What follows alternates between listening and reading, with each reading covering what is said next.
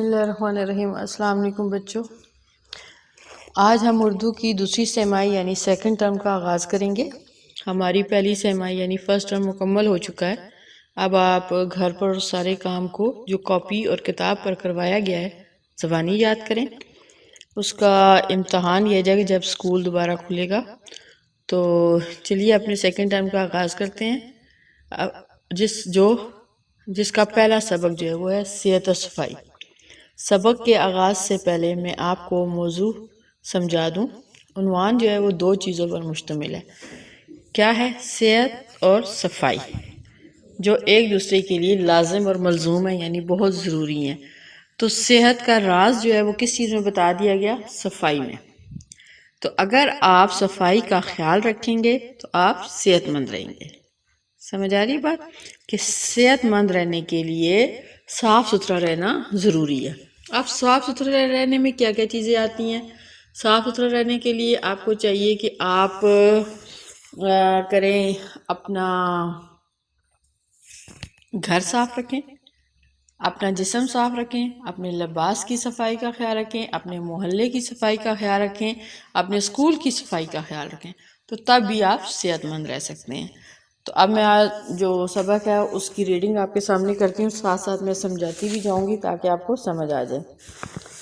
آج عدیل کو ایک دفعہ پھر بخار ہو گیا۔ خالہ رضیہ بہت پریشان تھی کیونکہ عدیل کو بار بار بخار ہو رہا تھا۔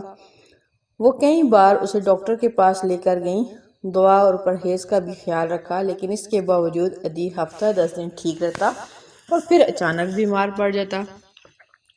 آج معائنے کے بعد ڈاکٹر صاحب نے بتایا کہ عدیل کو ملیریا ہو گیا۔ یہ سن کر خالہ رضیہ بڑی پریشان ہوگی۔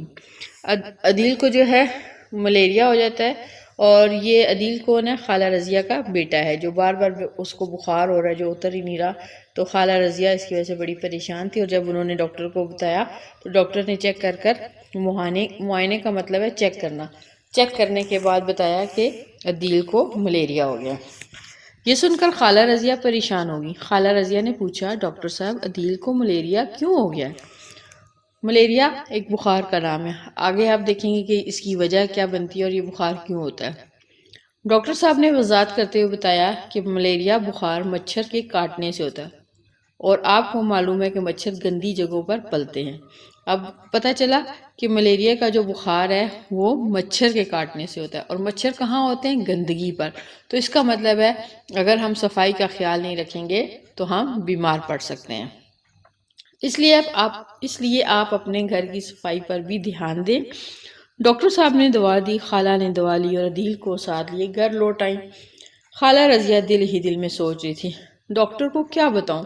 میں سارا دن گھر کی صفائی میں لگی رہتی ہوں، گھر کا کونا کونا صاف رکھتی ہوں، پھر بھی۔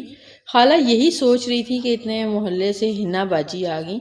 وہ عدیل کی تیمارداری کے لیے آئی تھی۔ تیمارداری یعنی کہ بیمار کا حال احوال پوچھنا، اس کی طبیعت کا پوچھنے جو ہم جاتے ہیں تو وہ تیمارداری کہلاتا ہے۔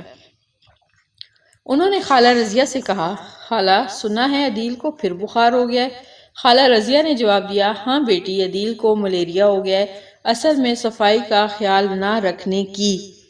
ہنا باجی نے ابھی بات مکمل نہیں کی تھی کہ خالہ رضیہ غصے میں آ گئی اور کہنے لگی، اب کیا کروں، سارا دن گھر دھوتی رہتی ہوں، گھر کا ہر کونا چمکا کر رکھتی ہوں، اپنی تو قسمت ہی بری ہے۔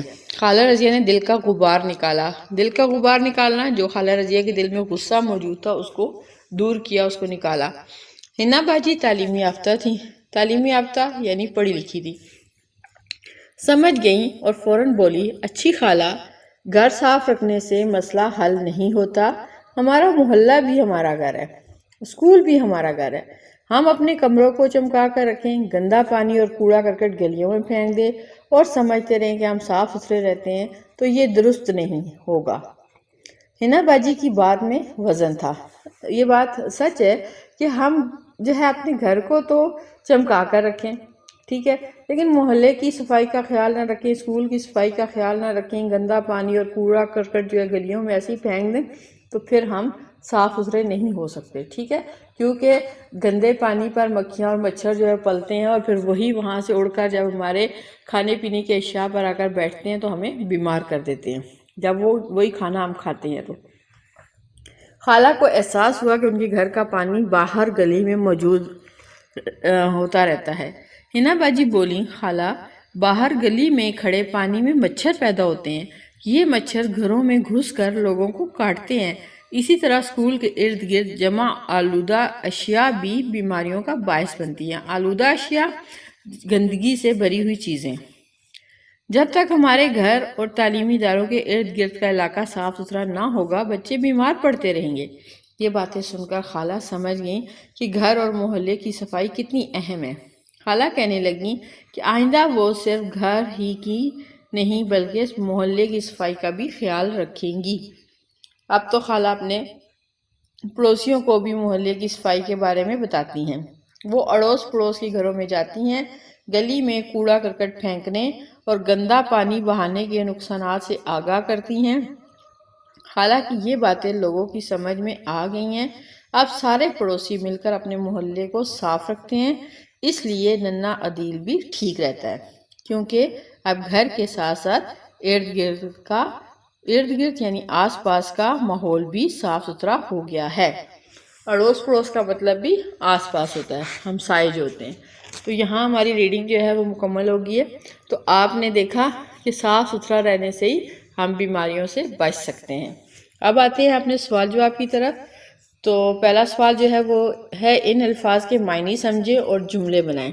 یہ کام ہم نے پہلے کاپی پہ کیا ہوا ہے، جب میں نے یہ جو چیپٹر تھا اس کی ریڈنگ کلاس میں بھی مکمل کروائی تھی، ابھی دوبارہ کروائی ہے اسی لیے تاکہ آپ کو پھر سے سارا سمجھ آ جائے۔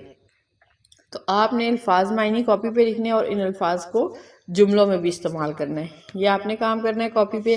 سوال نمبر 2 ہے کہ سوالات کے جوابات دیں۔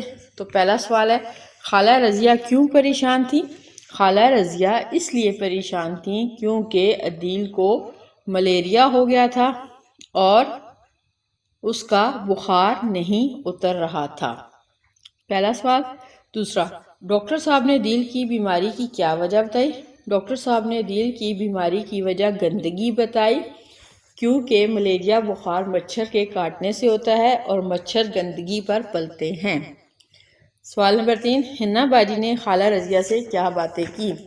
حنا باجی نے خالہ رضیہ کو بتایا کہ صرف گھر کو صاف رکھنے سے مسئلہ حل نہیں ہوگا بلکہ اپنے محلے اور اسکول کی صفائی کا خیال رکھنا بھی ضروری ہے۔ گھر کا کوڑا کرکٹ اور گندا پانی گلی میں پھینک دینا درست نہیں ہے۔ یہاں تک یہ جواب ہے۔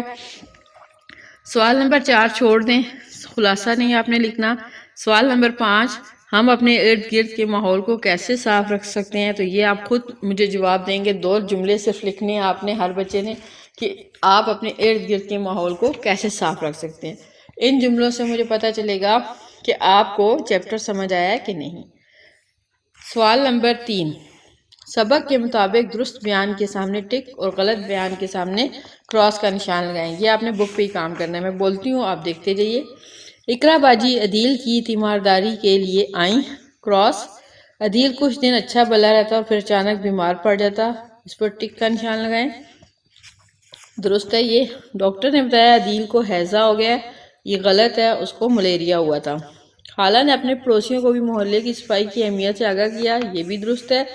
ملیریا ڈینگی مچھر کے کاٹنے سے ہوتا ہے، یہ غلط ہے، کیونکہ ملیریا عام مچھر کے کاٹنے سے بھی ہو سکتا ہے، ڈینگی مچھر کے کاٹنے سے ڈینگی بخار ہی ہوتا ہے۔ پیج نمبر 76 پہ دیکھیے لفظوں کا کھیل، اور اس میں عددی ترتیب کے حوالے سے آپ نے تصویر دیکھ کر جو جملے مکمل کرنے ہیں۔ تو عددی ترتیب ہوتی کیا ہے؟ وہ یہ ہے کہ کچھ الفاظ چیزوں کے درجے اور ترتیب کو ظاہر کرتے ہیں، یعنی 1 2 3 4 5 یہ ترتیب ہے ایک عدد کی، لفظوں کی گنتی کے ہندسوں کی ترتیب ہے، ٹھیک ہے؟ تو یہ درجے کو ظاہر کریں گے۔ تو جیسے تصویر میں آپ پہلی تصویر دیکھیں، ڈیش پھول پیلا ہے تو 10واں پھول پیلا ہے، یہ درجہ 10ویں نمبر پہ ہے، ٹھیک ہے؟ اچھا، یہاں پر کبوتر کالا ہے تو 5واں کبوتر کالا ہے، ٹھیک ہے؟ اچھا، یہاں پر تیسرا ہے 12واں ڈبہ کھلا ہوا ہے اور 12واں غبارہ اونچا ہے، ٹھیک ہے؟ پھر پیج نمبر 77 پہ دیکھیے، آپ اعراب کو چھوڑ دیں، قواعد سیکھتے ہیں۔ وہ کلمہ جو کسی لفظ کے شروع میں لگانے سے نیا لفظ بنا دے، اس کے معنوں میں تبدیلی آ جائے، اس کلمے کو سابقہ کہتے ہیں۔ کچھ لفظوں سے پہلے جو ہے لفظ کو لگاتے ہیں ہم تو وہ سابقہ یعنی گزرا ہوا ہو جاتا ہے، تو وہ جب اس لفظ کے ساتھ لگایا جاتا ہے، کسی بھی لفظ کے ساتھ وہ لفظ، تو وہ کیا ہوتا ہے، اس کے معنی تبدیل ہو جاتے ہیں۔ جیسے یہاں لفظ ہے آپ کے پاس سمجھ، تو سمجھ سے پہلے نون الف نا آپ نے ایک لفظ لگایا تو اس سے ایک نیا لفظ بنا، وہ کیا بنا، نا سمجھ۔ تو سمجھ کا مطلب تھا عقل اور شعور، اور نا سمجھ کا مطلب ہو گیا جو بیوقوف ہو، جس کے پاس عقل نہ ہو اور جو سوچنے سمجھنے کی صلاحیت نہ رکھتا ہو، ٹھیک ہے۔ تو دیکھیں میننگ چینج ہو گیا نا۔ اب آپ نے بک پہ یہ لکھنے ہیں، بک پہ نہیں بلکہ ان کو کاپی پہ لکھنا ہے۔ لائک کے ساتھ نون الف نا لگائیں گے تو نا لائک بن جائے گا، ٹھیک ہے۔ امید کے ساتھ نون الف نا لگائیں گے تو نا امید بن جائے گا، میننگ چینج ہو گئے۔ تجربہ کار کے ساتھ نا تجربہ کار، دان کے ساتھ نادان، ناکام کے ساتھ ناکام، ٹھیک ہے۔ تو ان لفظوں کے آپ میننگ جو ہے وہ آپ ڈکشنری سے دیکھیں گے اور پھر ان کو کاپی پہ لکھیں گے۔ پہلے لفظ بنائیں گے، پھر الفاظ ان کے معنی نیچے کاپی پہ لکھیں گے۔ پھر اس کے بعد ہوتا ہے کہ اگر کسی لفظ کے آخر میں کوئی کلمہ لگانے سے نیا لفظ بنا دے تو اس سے بھی لفظوں کے معنی میں تبدیلی آ جائے گی، تو اسے قواعد میں لاقہ کہتے ہیں، سابقہ اور لاقہ۔ سابقہ گزرا ہوا، لاقہ بعد میں آنے والا، ٹھیک ہے۔ تو جیسے زبان کے بعد دان لگا کر زبان دان بنانا، ٹھیک ہے۔ لفظ کے آخر میں دان لگا کر نئے لفظ بنائیں اور ان کے معنی بھی لکھیں۔ جیسے نمک تو نمک دان جس میں نمک رکھا جاتا ہے، قلم دان جس میں قلم رکھا جاتا ہے، روشن دان جہاں سے روشنی کا ذریعہ ہوتا ہے، کوڑا دان جس میں کوڑا وغیرہ پھینکا جاتا ہے، گل دان جس میں پھول رکھے جاتے ہیں۔ تو اس طرح سے یہ معنی آپ نے اس کے بھی لکھنے ہیں، ٹھیک ہے۔ یہ دونوں ہو گیا۔ پھر آپ نے اس پیراگراف کو پڑھنا ہے اور پیراگراف کو پڑھنے کے بعد اس کے آخر میں دیے گئے جو سوالات ہیں وہ لکھنے ہیں۔ جیسے ماحول سے کیا مراد ہے، تو ماحول سے مراد ہے ہمارے ارد گرد جو کچھ موجود ہوتا ہے ہمارا ماحول کہلاتا ہے، ٹھیک ہے۔ ہمارے ارد گرد جو کچھ موجود ہوتا ہے ہمارا ماحول کہلاتا ہے۔ اچھا، ہوا کیسے آلودہ ہوتی ہے، تو ہوا کیسے آلودہ ہوتی ہے، ہوا میں موٹر گاڑیوں اور کارخانوں کا زہریلا دھواں شامل ہوتا ہے جس سے ہوا آلودہ ہو جاتی ہے، ٹھیک ہے۔ یہ آپ دیکھیں نا، اس میں ہے نا کہ ہوا میں اب موٹر گاڑیوں اور کارخانوں کا زہریلا دھواں شامل ہو رہا ہے، تو اس سے جو ہے ہوا آلودہ ہوتی ہے نا۔ تو آپ نے یہ لکھنا ہے کہ ہوا موٹر گاڑیوں اور کارخانوں کے زہریلے دھوئیں سے آلودہ ہو رہی ہے۔ کارخانے پانی کو کیسے آلودہ کر رہے ہیں، کارخانوں سے خارج ہونے والے پانی کی وجہ سے ہمارا پانی آلودہ ہو رہا ہے۔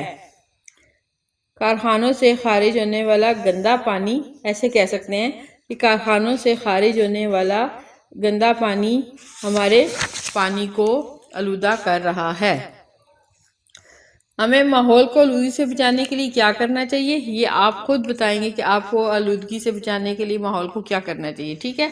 پانی کے درست استعمال سے متعلق 2 تجاویز دیں کہ پانی کا درست استعمال کیا ہے۔ اس کے علاوہ یہ آپ 2 تجاویز خود دیں گے، 2 باتیں خود سوچیں گے کہ آپ کے ذہن میں آنا چاہیے کہ پانی کو کس طرح سے ہم صحیح طریقے سے استعمال کر سکتے ہیں، ٹھیک ہے۔ آگے ہے کہ گندے پانی اور کوڑے کے ڈھیر کی وجہ سے کون کون سی بیماریاں پھیلتی ہیں، ان کے نام لکھیں، نیز یہ بھی بتائیں کہ ان بیماریوں سے کیسے بچا جا سکتا ہے۔ اس کو چھوڑ دیں اور لکھے والے کو چھوڑ دیں، بہت لمبا ہو جائے گا آپ کا۔ تو یہاں یہ آپ کا چیپٹر کمپلیٹ ہو گیا ہے۔ آپ نے جو کاپی پہ کام کرنا ہے میں دوبارہ ریپیٹ کر رہی ہوں، کون کون سا کرنا ہے۔ سوال نمبر 1 الفاظ، معنی اور جملے، سوال نمبر 2 کوسچن آنسر جو میں نے کروائے ہیں، اور اس کے بعد قواعد والا پورشن پیج نمبر 77 پہ کہ جو نئے الفاظ بنانے ہیں اور ان کے معنی لکھنے ہیں، ٹھیک ہے۔ پھر یہ پیراگراف والا جو میں نے ابھی پیراگراف کے سوالات کے جوابات بتائے ہیں، یہ بھی آپ کاپی پہ لکھیں گے۔ پیراگراف لکھنے کی ضرورت نہیں ہے، بس سوالوں کے جواب لکھ دیں، یا پھر اوپر پیراگراف لکھیں اور نیچے سوالات کے جوابات کی ہیڈنگ دیں اور لکھتے جائیں، ٹھیک ہے۔ تو یہاں پر یہ آپ کا لیکچر کمپلیٹ ہوتا ہے اور آپ نے اس کو کاپی پہ کر لینا ہے اور پھر مجھے یہ کام گوگل کلاس روم میں شیئر کریں گے تاکہ میں چیک کر کے واپس کر سکوں۔ تب تک کے لیے اللہ حافظ۔